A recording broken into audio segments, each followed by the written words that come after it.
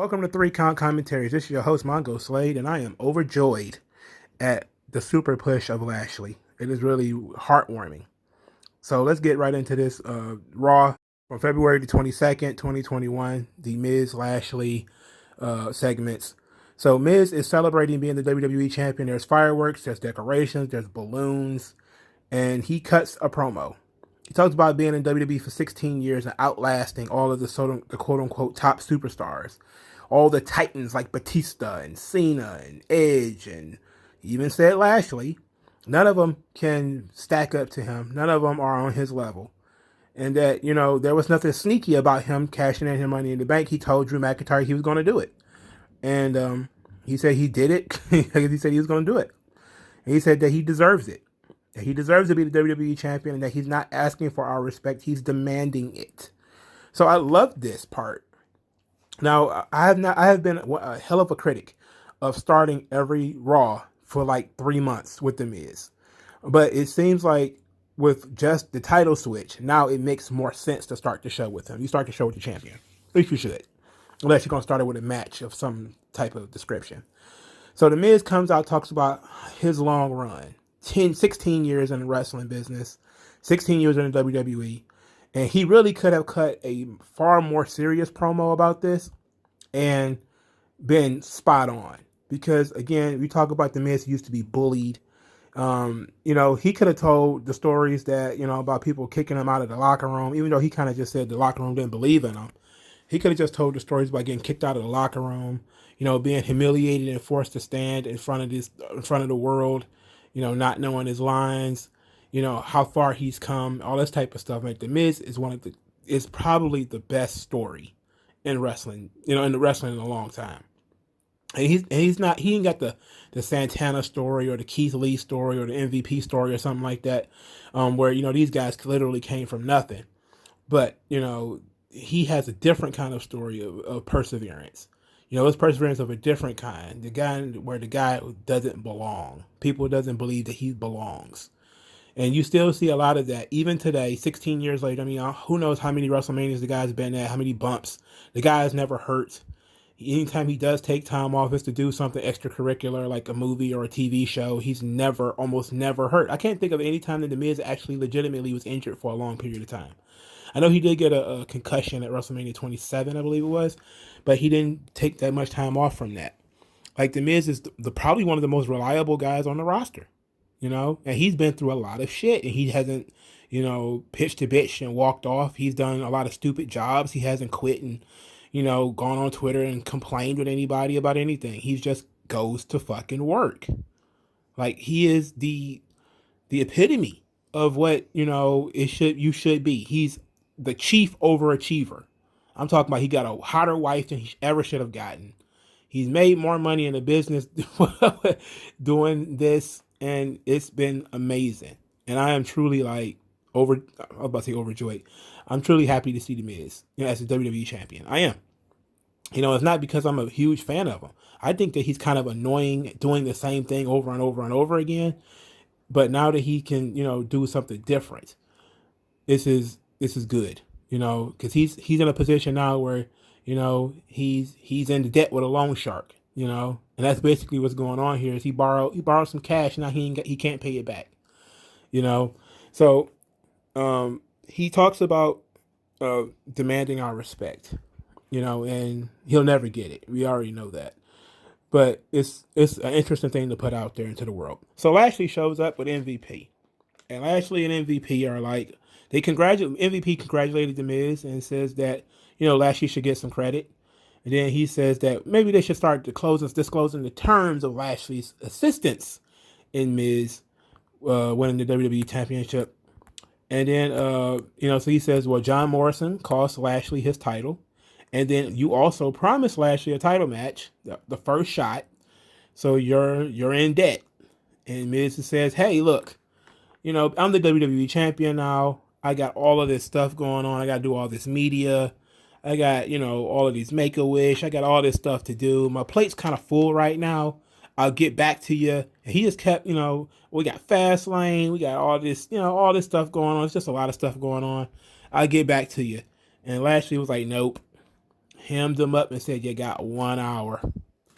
You got 1 hour to give me my title match, or I'm gonna hurt you." He said, "I'm gonna hurt you either way. Either I'm gonna hurt you and take the title, or I'm just gonna hurt you. Like it's gonna be bad for you either way. Like this is gonna happen." And I love this segment. It was simple and to the point when it comes to Lashley and MVP. They came to collect what they're owed. Immediately, not pussyfooting around. They wanted what they were owed immediately, and it was not a game to them. So Miz does what a typical cowardly, shitty heel would do. He ran to management. He ran to Adam Pearce and said, "Look, there's this. We got to do something about this hurt business stuff. You can't have these guys running around threatening people. You can't do that. Something's got to happen. Something got to shake." And Adam Pearce said, "Did you or did you not agree to give Lashley a title match if he helped you?" He says, "Well, there's nothing in writing. Like you can't prove that, even though he keep admitting it." He's like, there's nothing in writing." And then Adam Pearce says, "Look, I would think the WWE champion should take on all challengers."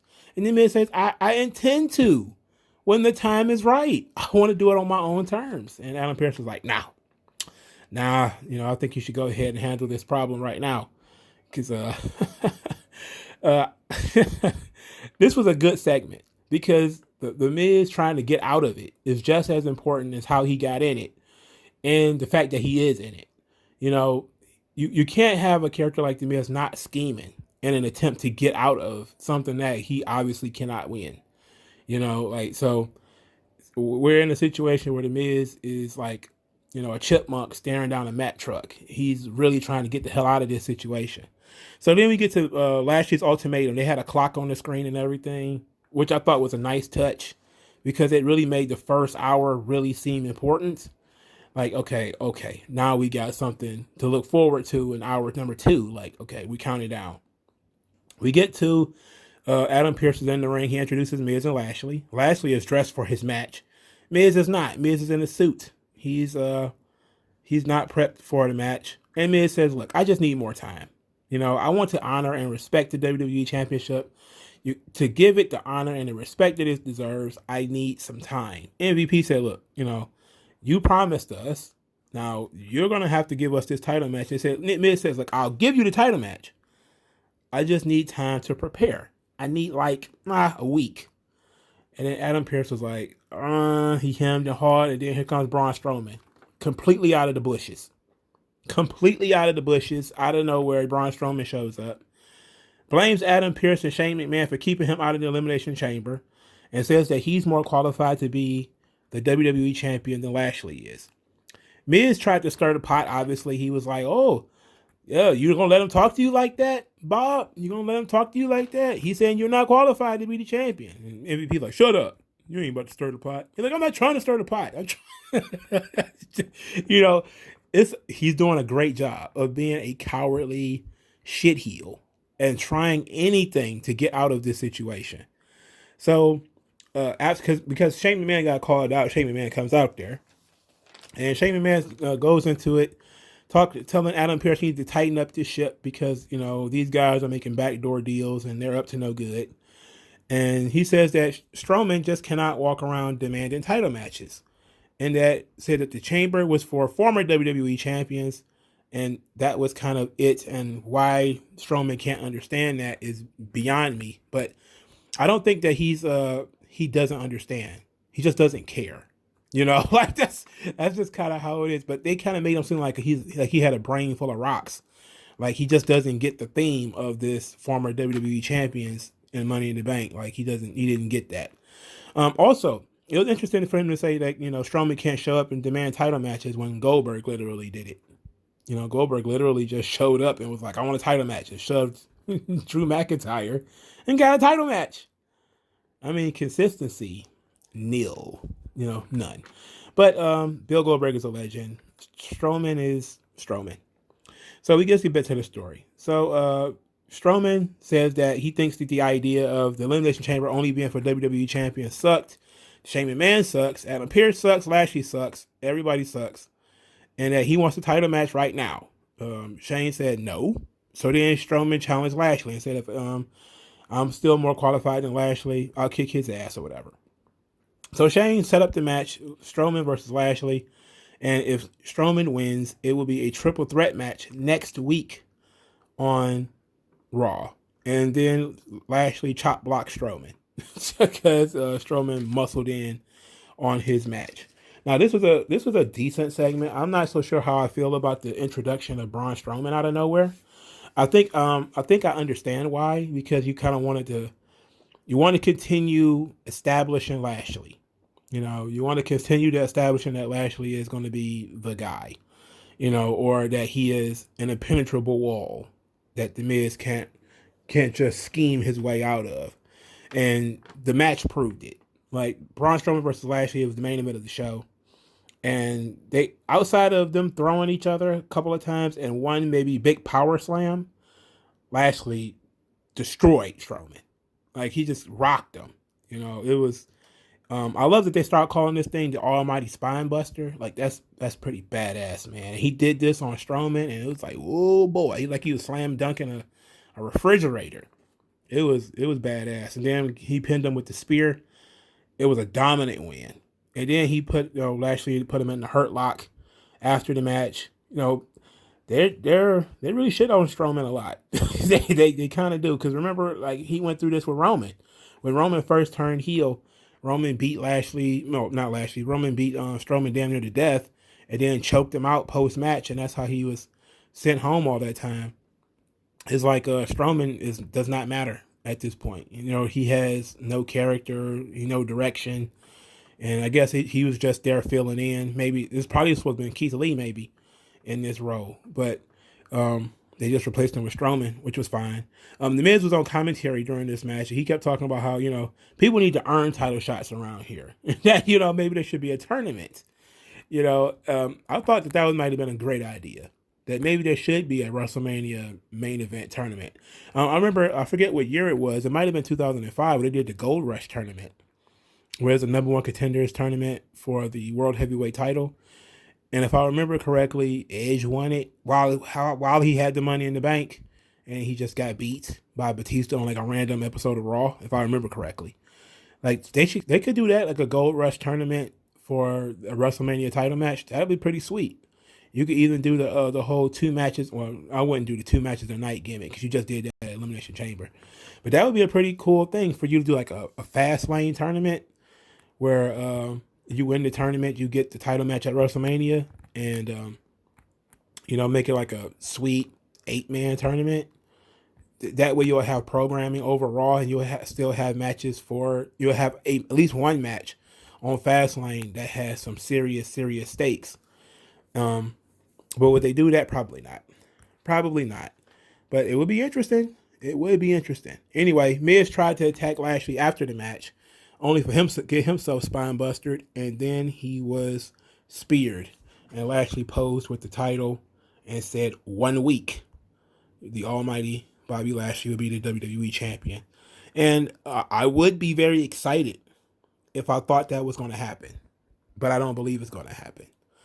Drew McIntyre was not on this show. Sheamus was on this show. He wrestled in a fantastic match with Jeff Hardy. They always have good matches. It meant nothing in the end because neither one of them is going anywhere. But Drew McIntyre did not wrestle on this show, which tells me that Drew McIntyre is going to show up to screw Lashley on Raw next week.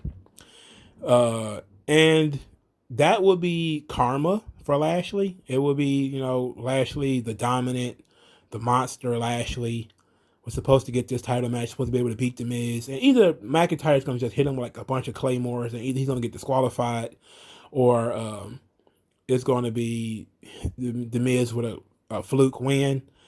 Hopefully it's more of a disqualification type of deal.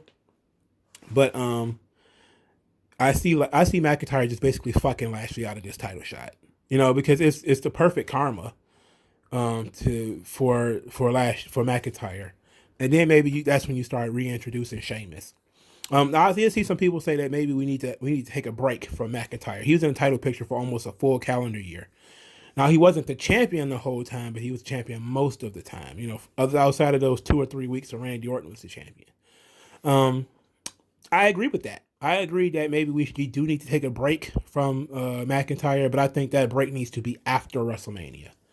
I think that he needs to get that match at WrestleMania that he sort of deserved. And there will be a crowd at WrestleMania. We still don't know how many people. But he should main event one of those shows because he is owed a main event. So he should get one of those main events, and it should be 1-on-1, and it should be with Lashley or Sheamus. If it's not, if he's going to be a part of some fatal 4-way or something like that, I think that's jipping him. But they have done a decent job of setting up the table where just about a lot of different things can happen, because you still have the Miz and Bad Bunny stuff. Even though they interacted a little bit on this show, if I remember correctly. They didn't interact much, if at all. No, I don't think Bad Bunny interacted with the Miz at all on this show. No, he didn't. But you still have that storyline, and you can always go back to that, I guess, where you could just have Bad Bunny cost the Miz the title, which I still think will happen. So either you got two pretty good options there. Either McIntyre costs Lashley the match, Bad Bunny costs the Miz the match. So I don't know either way, I don't believe the Miz is losing the title next week on Raw. I will be definitely surprised if they have the Miz as a transitional champion and it's literally 2 weeks before we move the belt to Lashley. That would be nuts. I wouldn't be angry about it because I kind of expect Miz to be a transitional champion anyway. But I just think that he's going to at least carry it until Fastlane, and then before he drops it. But they're not going to switch the title on Raw. I know they did it with Drew McIntyre. They did it before. They probably could use, do the ratings boost. Technically, this is the last Raw of February. So that means the next Raw will be in March, if I remember correctly, because there is only 28 days in February and it's not a leap year. So this was the last Raw of February. So after that Raw would be the first, maybe second or whatever. So you'd be like 20 days away from Fastlane. You could do it like a fatal 4-way or something like that there, with Sheamus and McIntyre, Lashley, Miz. You could do like a fatal 4-way there, and then whittle away at the guys as time goes on. But I like what they're doing right now. Boss Lashley is trying to get that pay from Miz, and Miz is trying to run out on the bill. He got what he wanted. Now he's trying to skate. He's willing to snitch to the office and do whatever it takes to get out of this match. And it's a perfect way of behaving, for his character. And it's perfect the way that these characters are interacting. I would think that the Miz should get a heater. Maybe the Miz, it has to be somebody somewhere, some big guy that isn't doing anything that can watch the Miz's back, and you can introduce that guy into the storyline. I'm pretty sure there's somebody in NXT that you could put with the Miz and John Morrison to sort of help them. That would be like the next step, because the Miz is supposed to be scheming, and his scheme to get Adam Pearce on his side didn't work. His scheme to, talk Braun Strowman into the match didn't work. Well, he probably didn't want to fight Braun Strowman anyway, because the triple threat match is not to his advantage. But he needs somebody. He needs some outside help.